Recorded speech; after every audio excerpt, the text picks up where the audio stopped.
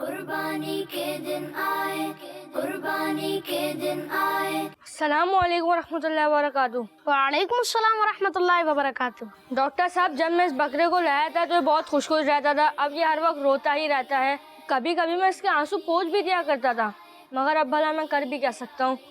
मुझे लगता है शायद उसको उसके अम्मी अब्बू याद आ रहे हैं।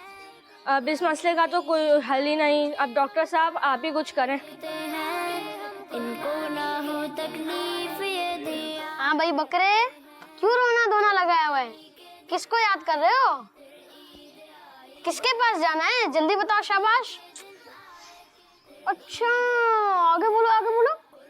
ओहो, तुम कितने मजलूम बकरे हो, मुझे बहुत अफसोस हुआ। मगर तुम फिक्र न करो, तुम्हारे मालिक से मैं अभी बात करता हूँ। हाँ जनाब, ये बता रहे हैं कि आपने ऐसे घर के बाहर बांध कर ऐसे छोड़ दिए। इनको ना हो तकलीफ ये। ना खाने का पूछते हो ना पानी का पूछते हो, और बैठने की जगह भी पत्थर वाली है, हर वक्त खड़ा रहता है। ये बेचारा सारा दिन खड़े खड़े गुजारता है अपना। जब दूसरे बकरों को खाते पीते देखता है तो रोना शुरू कर देता है। ये सब जानवर कितने खुश हैं और मैं कितना परेशान हूँ। भाई, इसका ध्यान रखना आपकी जिम्मेदारी है, आइंदा ख्याल रखिएगा। प्यारे बच्चों, जब भी कुर्बानी का जानवर लाएं तो इसका खाने पीने का अच्छा इंतजाम करें। उनके लिए नरम और साफ जगह का एहतिमाम करें। थोड़ी थोड़ी देर बाद देखते रहें कि उन्हें कोई परेशानी तो नहीं है। तो प्यारे बच्चों, आप ये बात याद रखेंगे ना?